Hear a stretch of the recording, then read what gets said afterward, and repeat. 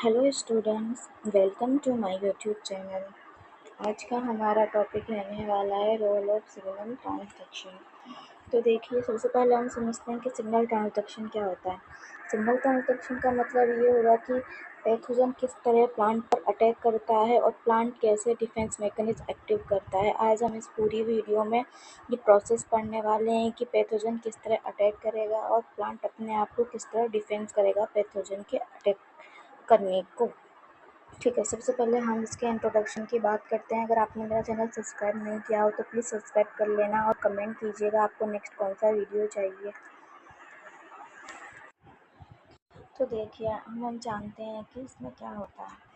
Plant continuously खुद को defend करने की कोशिश करता है जो पैथोजन अटैक करते हैं। पैथोजन कौन कौन से हो सकते हैं, जैसे फंजाई हो गया, बैक्टीरिया हो गया, वायरसेस हो गए, इन्वर्टिब्रेट्स हो गए, कोई भी हो सकते हैं और इनके पास इम्यून सिस्टम नहीं होता है। ये कंटिन्यूस से अटैक करने की कोशिश करते रहते हैं।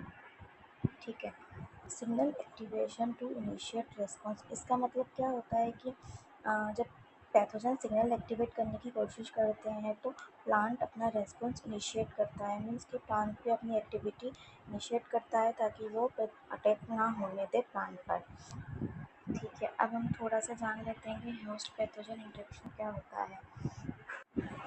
तो देखिए, हम इसमें क्या जानेंगे कि होस्ट का और पैथोजन का इंटरेक्शन कैसे होगा। अब इंटरेक्शन कैसे होगा कि इसके स्टेप्स दिए हुए हैं, मैं आपको बताती हूँ। फर्स्ट स्टेप है attachment to the plant surface. सबसे पहले क्या होगा कि जो पैथोजन है वो प्लांट सरफेस की जो आउटर सरफेस है वहाँ पे अटैच्ड होगा। उसके बाद उसका जर्मिनेशन होगा प्लांट सरफेस पे और उसकी जो इन्फेक्शन स्ट्रक्चर है उनका फॉर्मेशन होना स्टार्ट हो जाएगा। फिर पेनिट्रेशन होगा होस्ट पर, मतलब कि होस्ट के अंदर वो एंटर करने की कोशिश करेगा। फिर इन्फेक्शन कर देगा होस्ट को, मतलब जो होस्ट हमारा प्लांट है उसे इन्फेक्ट करने की कोशिश करेगा। कॉलोनाइजेशन का मतलब क्या होता है कि वो वहाँ पे डिजीज़ फैलाना शुरू कर देता है और अपने आप को स्प्रेड करने लग जाता है, वहाँ से उसको न्यूट्रिशन मिलने लग जाता है। एक बार वापस मैं आपको रिवाइज करवा देती हूँ। तो देखिए, हम मोस्ट पैथोजन इन्फेक्शन के बारे में बात कर रहे हैं। तो इसमें हम देखते हैं कि सबसे पहले अटैचमेंट होगा प्लांट सरफेसेस, देन जर्मिनेशन होगा, उसके बाद वो होस्ट सरफेस पे प्रवेश कर जाएंगे, उसके बाद वो होस्ट को इन्फेक्शन करेंगे, देन वो कोलोनाइजेशन कर लेंगे ताकि वहाँ पे वो इजी में रह सके और वो न्यूट्रिशन गेन कर सके। ठीक है, आई होप सो आपको ये समझ में आ गया होगा। इसे ज़रूर रन करके जाइएगा, ये बहुत इंपॉर्टेंट होता है। ठीक है, नेक्स्ट हम करने वाले हैं टाइप्स ऑफ इंटरेक्शन कि इंटरेक्शन किस किस तरह से हो सकता है। तो टाइप्स हो सकता है एक कंपेटिबल इंटरेक्शन और एक इनकम्पेटिबल इंटरेक्शन, जैसा कि आपको वीडियो में दिख रहा है। ठीक है, तो देखिए कंपेटिबल इंटरेक्शन क्या होता है। कंपेटिबल इंटरेक्शन क्या होता है जिसमें पैथोजन सक्सेसफुली होस्ट को इन्फेक्ट कर दे। इसमें क्या होगा, जो होस्ट है वो सक्सेसफुली इन्फेक्टेड हो जाएगा और कंपेटिबल में क्या होगा कि वो सक्सेसफुली इन्फेक्शन नहीं कर पाएगा। मीन्स कि प्लांट अपने आप को डिफेंस कर लेगा। ठीक है, आपको ये समझ में आ गया होगा। देन इसमें आपको इसकी डेफिनेशन ही लर्न करनी है, ज़्यादा इसमें कुछ याद रखने की आपको ज़रूरत नहीं है। देन अगर आपके डीप में compatible interaction and incompatible interaction की प्रोसेस हो तो आप इन डायग्राम्स को भी प्रेफर कर सकते हैं, जो कि मैं आपको इस वीडियो में आपके साथ शेयर कर रही हूँ। ये बहुत डीप पाथवे हैं, जैसे कि आप किसी कॉम्पिटिशन की प्रिपरेशन कर रहे हैं तो ये वहाँ आपके लिए यूज़फुल रहने वाले हैं। इसलिए मैंने इस वीडियो में आपके साथ ये ऐड कर दिए हैं। आप इनको एक बार गो थ्रू कर लीजिएगा। बाकी अगर आप थ्योरी एग्ज़ाम दे रहे हैं किसी यूनिवर्सिटी का तो वहाँ आपके लिए इनका यूज़ नहीं है, आप इसको लीव कर सकते हैं।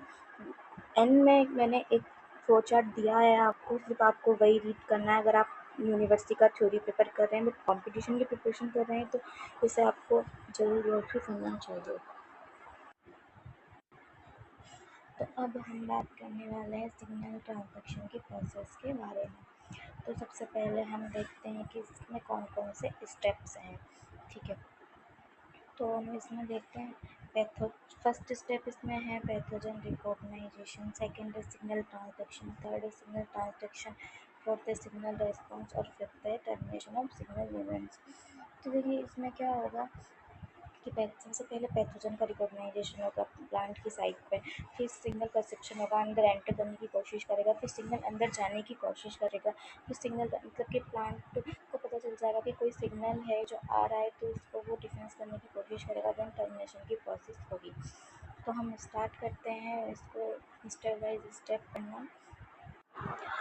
तो सबसे पहले मैं आपको पाथवे के थ्रू समझाती हूँ। आपको अगर इसके स्टेप्स भी याद नहीं रहे तो ये पाथवे ज़रूर आप रख लीजिएगा या प्रैक्टिस कर लीजिएगा कुछ भी, बट ये पाथवे आपको बनाना बहुत ज़रूरी है अगर आप इस टॉपिक को कर रहे हैं। और अगर आपको ये 10 मार्क्स में क्वेश्चन आया, अगर आपको 10 में से 8 या 9 मार्क्स चाहिए तो ये पाथवे बनाना बहुत इंपॉर्टेंट है। तो चलिए मैं आपको एक पाथवे समझाती हूँ। ये बहुत ईजी है, आप इस वीडियो को अगर एक बार नहीं आया दूसरी बार समझ लीजिएगा, आपको ये समझ में आ जाएगा। तो देखिए इसमें क्या होगा कि पैथोजन के पास एक स्ट्रक्चर होती है जिसे को हम कहेंगे पीएएमपी। पीएएमपी क्या होगा?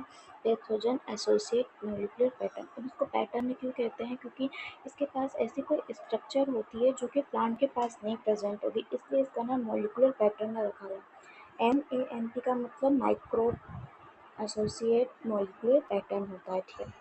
अब अगर प्लांट पैथोजन के पास अगर कोई पैटर्न है तो प्लांट के पास भी तो कोई कुछ होगा जिससे वो अपना डिफेंस कर सके अपने आप को, तो उसके पास भी रिसेप्टर प्रेजेंट होते हैं। अब ये रिसेप्टर क्या होते हैं? ये रिसेप्टर पता है क्या होते हैं? ये वो पहचानते हैं कि पैथोजन मतलब कुछ तो सिग्नल आ रहा है जो कि हमारे पास नहीं प्रेजेंट है, मतलब हमारे प्लांट को इफ़ेक्ट हो सकता है, मतलब डिजीज़ क्रिएट हो सकती है। तो PRR पैटर्न रिकॉग्नाइजेशन रिसेप्टर ये उस चीज़ को रिकॉग्नाइज कर लेते हैं। तो देखिए पैथोजन के पास कोई एक स्ट्रक्चर प्रेजेंट होती है जिसे PAMP या MAMP कहते हैं। Pathogen associate molecular pattern. Pattern इसलिए कहते हैं क्योंकि पैटर्न इसलिए कहते हैं क्योंकि इसमें क्या होगा कि पैथोजन के पास कोई तो स्ट्रक्चर प्रेजेंट है ना, जो कि प्लांट के पास प्रेजेंट नहीं है। अब प्लांट भी क्या करेगा? अपने डिफेंस में कुछ तो एक्टिविटी करेगा, तो प्लांट के पास भी PAR रिसेप्टर प्रेजेंट होता है, पैटर्न रिकॉग्नाइजेशन रिसेप्टर। अब ये रिसेप्टर क्या करता है? ये रिकॉग्नाइज करने का काम करता है कि कोई तो एक्टिविटी है जो प्लांट को इफेक्ट कर रही है, जिसकी कोई सिग्नल आ रहा है जो कि हमारे पास प्रेजेंट नहीं है, जिससे प्लांट अफेक्ट होने वाला है। तो प्लांट क्या करेगा? अब वो अपनी इम्यूनिटी ऑन करता है। अपनी इम्यूनिटी, कौन सी इम्यूनिटी ऑन करेगा? Pattern triggered immunity. प्लांट के पास पैटर्न ट्रिगर्ड इम्यूनिटी होती है, वो उसको ऑन करता है। अब वो ऑन करेगा तो उसका इम्पैक्ट पैथोजन पर पड़ेगा, तो पैथोजन क्या होगा? पैथोजन वीक पड़ने लगता है। अब पैथोजन के पास दो पॉसिबिलिटी है, तो पैथोजन एलिमिनेट हो जाए या पैथोजन अपनी सेकेंड कोई प्रोसेस स्टार्ट करे जिससे कि वो कंटिन्यू प्रोसेस कर सके होस्ट को डिजीज कॉज करने की। तो पैथोजन क्या करता है कि इफेक्टर मॉलिक्यूल लेके आता है और प्लांट सेल में अंदर एंट्री करवा देता है, जैसे कि आपको इस वीडियो में दिख रहा है। उसमें एंट्री करी। प्लांट के पास दो ऑप्शन है, प्लांट या तो एलिमिनेटेड हो जाए या फिर अब प्लांट के पास भी दो ऑप्शन है, या तो प्लांट अपना कोई सेकंड मैकेनिज्म ऑन करे या फिर प्लांट को डिजीज कॉज हो जाएगी, ठीक है। तो प्लांट क्या करता है? प्लांट के पास एक प्रोटीन होता है NDLRR protein, nucleotide binding leucine rich protein. ये क्या होता है? एक प्रकार का आर प्रोटीन होता है जो कि क्या करेगा? आयन इन्फ्लक्स का काम करता है, ठीक है। तो देखिए आर्जिन एक्टिवेट हो गया, तो अब आर्जिन आयन इन्फ्लक्स को एक्टिवेट करेंगे, तो इसमें क्या होगा कि सेल के बाहर हाइड्रोक्साइड और पोटेशियम आयन का इन्फ्लक्स हो जाएगा। कैल्शियम और हाइड्रोजन आयन की एंट्री होती है, उनको सेल के अंदर लाया जाता है। ऐसा इसलिए होता है ताकि प्लांट का डिफेंस को एक्टिवेट किया जा सके, मतलब ट्रिगर किया जा सके वर्क करने के लिए, ठीक है। तो मैं समराइज़ करूँ तो कोई बैक्टीरिया एंट्री करने की कोशिश करता है, प्लांट में एंट्री करता है, तो प्लांट पहला डिफेंस एक्टिवेट करेगा, फिर second pattern triggered immunity. Second जो इम्यूनिटी अब ऑन होगी वो होगी इफेक्टर ट्रिगर्ड इम्यूनिटी। इफेक्टर इसलिए होगी, इफेक्टर पैथोजन था इसलिए इफेक्टर इम्यूनिटी होगी, और उसमें पैटर्न पैथोजन था इसलिए पैटर्न इम्यूनिटी ऑन हो जाएगी। जो ETI होगी वो ज़्यादा स्ट्रोंगर होगी PTI इम्यूनिटी से, ठीक है। हम देखिए आगे क्या होगा। ईटीआई का रोल क्या होता है कि प्रोग्राम सेल डेथ करना, पीसीडी, जिससे कि हम क्या बोलेंगे, hyper sensitive response. Hyper sensitive response जानते हैं आप? Hyper sensitive response, HR response क्या होता है, जब भी कोई पैथोजन अटैक करेगा उसके आसपास की जितनी भी सेल्स है वहाँ को किल कर दिया जाता है। जब भी पैथोजन अटैक करेगा ना, वहाँ के आसपास की जितनी भी सेल्स होगी उनको किल कर दिया जाएगा। मतलब पैथोजन स्प्रेड ही नहीं हो पाता है, पूरे प्लांट में नहीं फैलता है, वो सिर्फ उस लोकलाइजेशन में ही फैलता है। इसे हाइपर सेंसिटिव रेस्पॉन्स कहते हैं। अब जो एचआर में जो प्रेजेंट सेल्स होती है वो क्या कर देती है, आरओएस का प्रोडक्शन करती है, जिसकी वजह से ऑक्सीडेटिव बर्स्ट हो जाता है, मतलब कि विस्फोट होने लगता है, जिससे कि क्या होगा, सेल डेथ हो जाएगा। इसमें क्या होता है कि आरओएस का जब रिएक्टिव ऑक्सीजन स्पीसीज का प्रोडक्शन ज़्यादा होता है तो ऑक्सीडेटिव बर्स्ट हो जाता है, इसके कारण क्या होगी, सेल डेथ हो जाएगी। इसके कारण क्या होता है, हमारी इफेक्टर ट्रिगर्ड इम्यूनिटी ऑन होने लगती है। ठीक है, आपको यहाँ तक समझ में आ गया? अब देखिए क्या होगा, अगर प्रोडक्शन ज़्यादा होगा तो सेल की डेथ हो जाएगी, बट अगर हम देखें तो एचआर क्या करेगा, हार्मोनल सिग्नलिंग को भी एक्टिवेट करते हैं। अब दो टाइप के पैथोजन हो सकते हैं, या तो नेक्रोट्रॉपिक होंगे या बायोट्रॉपिक होंगे।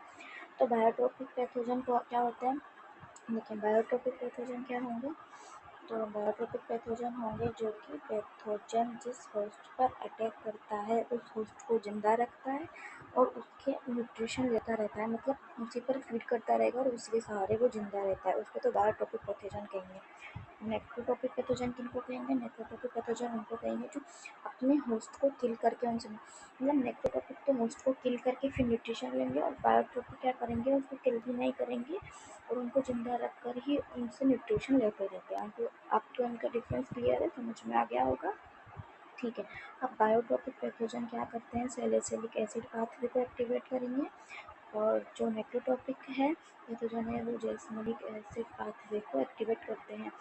इन पाथवे का बहुत इंपॉर्टेंट रोल होता है, मेनली सैलिसिलिक एसिड पाथवे का इंपॉर्टेंट रोल होता है। तो ठीक है, हम इनको समझते हैं। तो देखिए स्टार्ट में तो इतना डीपली नहीं है, बट मैं आपको समझा रही हूँ, मैं बोल रही हूँ, आप उसको सुनिएगा। बट जो स्टेप्स मैंने दिए हैं थ्योरी नोट्स में उन्हें आप जरूर पढ़िएगा, उसमें मैंने आपको सारा हैंड रिटन में क्लियर कर दिया।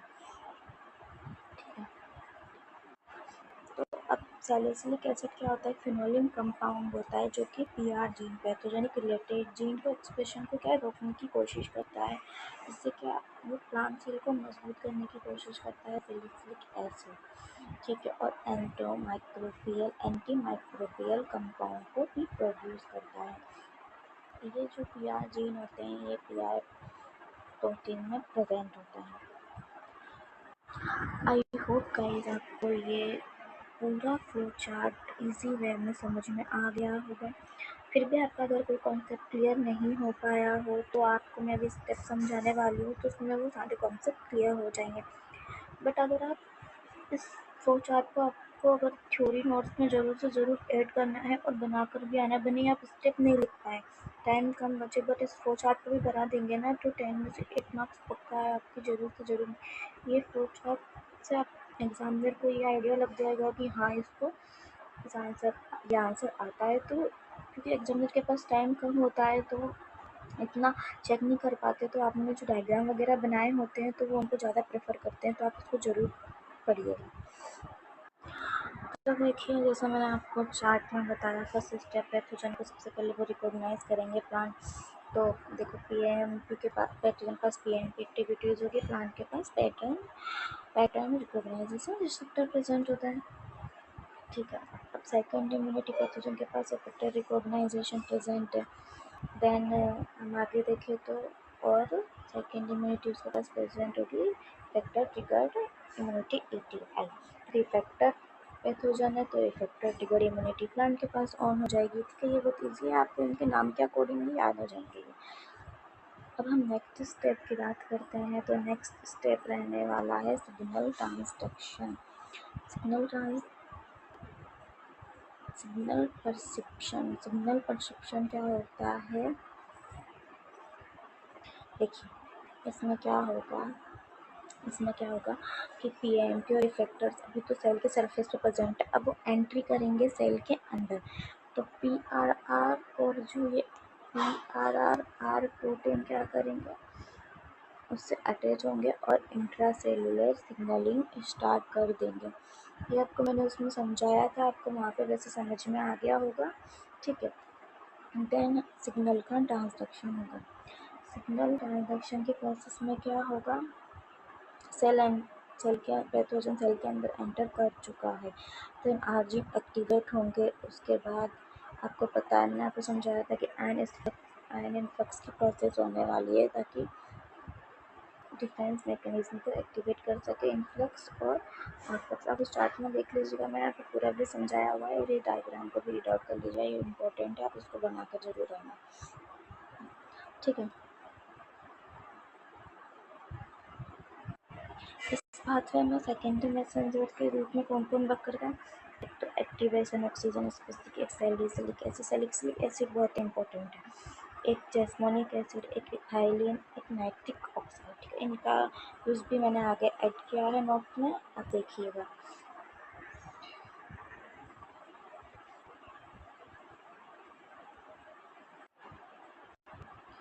तो देखिए, ROS का रोल क्या होगा, अगर इनका प्रोडक्शन ज़्यादा होगा तो सेल की डेथ होने का खतरा रहता है, सेल की डेथ हो सकती है। ROS स्पीशीज होती है H2O2, O2, सिग्नल ओरिजिनिटी, आपने पढ़ा होगा, नहीं पढ़ा होगा तो देख लेना, गूगल पे एक बार सर्च कर लेना, आपका टॉपिक क्लियर हो जाएगा, ठीक है। सेकंड क्या होगा, सैलिसिलिक एसिड। सैलिसिलिक एसिड के बारे में हम बात करें, देखिए अगर आप, मैंने भी फ्लो चार्ट समझाया था, सेम वही बात इसमें लिखी हुई, वहाँ पे मैंने बोली थी, वहाँ पे समझाई थी, वो चीज़ें यहाँ पे सारी लिखी हुई। मैंने वहाँ पे आपको बताया था कि बायोट्रोफिक पैथोजेंस होते हैं, फिनोलिक कंपाउंड होते हैं, और ये पीआर जो प्रोटीन होते हैं उनको का एक्सप्रेशन करवाएंगे, ठीक है, और ये प्रोड्यूस करेंगे एंटी माइक्रोबियल कंपाउंड। तो जो मैंने वहाँ बोला था, यहाँ पे सेम थ्योरी प्रोसेस में लिखा हुआ है, अगर आपको वहाँ पर कन्फ्यूजन रह गया हो तो यहाँ से रीड कर लीजिएगा। जैसे कि जैस्मीनिक एसिड में भी वही सब लिखा हुआ है जो मैंने आपको बताया था, नेक्रोटोफिक पैथोजन होता है, और ये उसका नेक्रोटोफिक पैथोजन की जो डेफिनेशन है वो मैंने ब्रैकेट में दी हुई है, ठीक है। आप इसको ग्लोसरी कर लीजिएगा।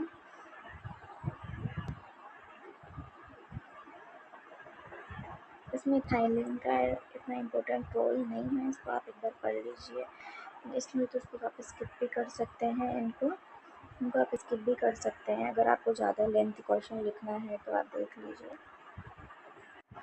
यहाँ पे भी वही लिखा हुआ है जो मैंने आपको बताया था, ये तीनों हार्मोन इम्पोर्टेंट है। इथाइलिन का इतना रोल नहीं है, जब ये दोनों वर्क नहीं करते तो इथाइलिन कभी कभी वर्क करता है।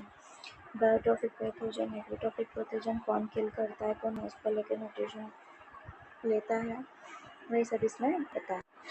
अब मैं आपको ना यहाँ पे आप ध्यान दीजिएगा, बहुत इंपॉर्टेंट बात बताने वाली हूँ।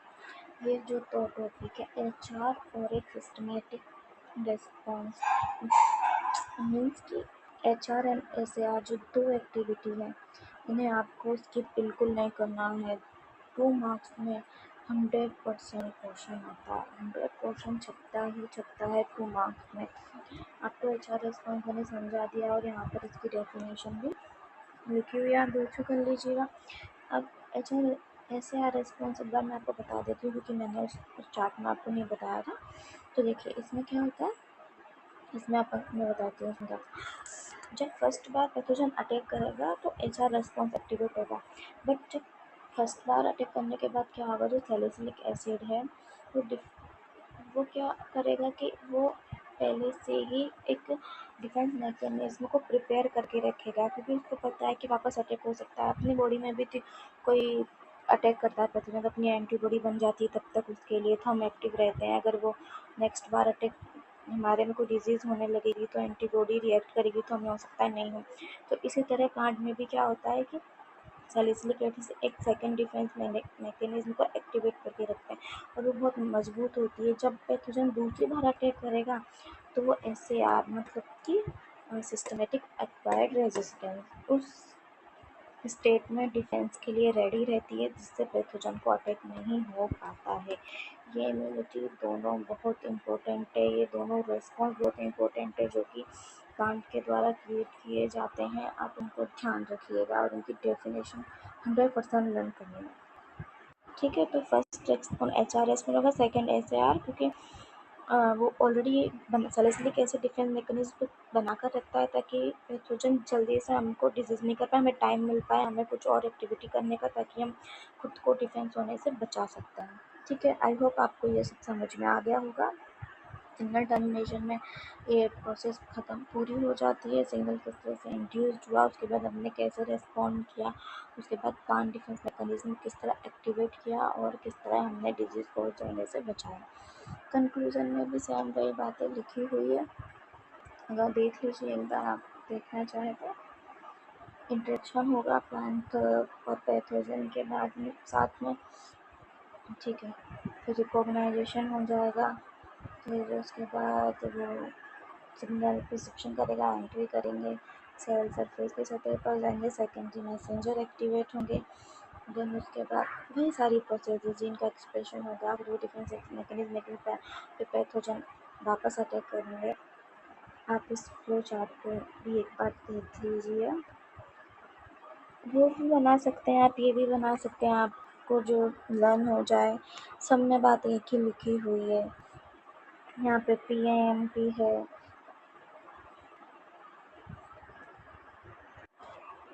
तो देखिए इसमें क्या होगा, सबसे पहले पैथोजन प्राइमरी फंक्शन इंट्रोड्यूस करेगा, उसके बाद क्या होगा, PAMP का इंडक्शन होगा तो प्लांट पैटर्न एंटीबॉडी इम्यूनिटी को ऑन कर देगा। उसके बाद फिर पैथोजन सेकेंड एक्टिविटी ऑन करेगा इफेक्ट करने के लिए इफेक्टर, तो इससे पेट एंटीबॉडी सप्रेस होने वाली है। देन उसके बाद ये होगा ETI एक्टिविटी ऑन होगी, जिससे क्या होगा, आर्जिन एक्टिवेट होंगे, आर्जिन एक्टिवेट होने के बाद क्या होगा, लॉकडाउन हेल्थ डेथ हो जाएगी, जिसे हम पेटेंट ट्रिगर्ड इम्यूनिटी भी कहते हैं। ठीक है, पेटेंट ट्रिगर्ड इम्यूनिटी भी कहते हैं ना, ये आपको अब तक लर्न हो गया होगा, मैं 2-3 बार बोल चुकी हूँ। अगर आपका अभी भी कोई कॉन्सेप्ट क्लियर नहीं हो तो प्लीज़ मुझे कमेंट सेक्शन में बता देना। फिर देन उसके बाद सैलिसिलिक एसिड का बहुत इंपॉर्टेंट रोल है, तो अगर इसका सेल में एक्यूमुलेशन होना बहुत इंपॉर्टेंट होता है, यही प्लांट को इन्फेक्टेड होने से बचा सकते हैं। ठीक है, तो बस ये बात यहीं ख़त्म होगा। आई होप आपको ये सब समझ में आया होगा। ठीक है, मैंने 2 या 3 बार सेम आपको ये चीज़ें रिपीट की हैं। अगर आपको फिर भी कोई कन्फ्यूज़न रह जाता है तो आप मुझे बता सकते हैं कमेंट सेक्शन में, और आप प्लीज़ मुझे ये बताइएगा कि आपको ये वीडियो कैसा लगा, आपको पसंद आया या नहीं आया, मेरे नोट्स कैसे लगे। ठीक है, आई होप वैसे तो मैंने आपको सारा कुछ समझा दिया है, तो आपको समझ आ गया होगा। थैंक यू गाइस, आप इस वीडियो को पूरा एंड तक देखिएगा, आपको सारा डाउट क्लियर हो जाएगा। Thanks for watching, please channel को सब्सक्राइब कर दीजिएगा। Thanks for watching, thank you.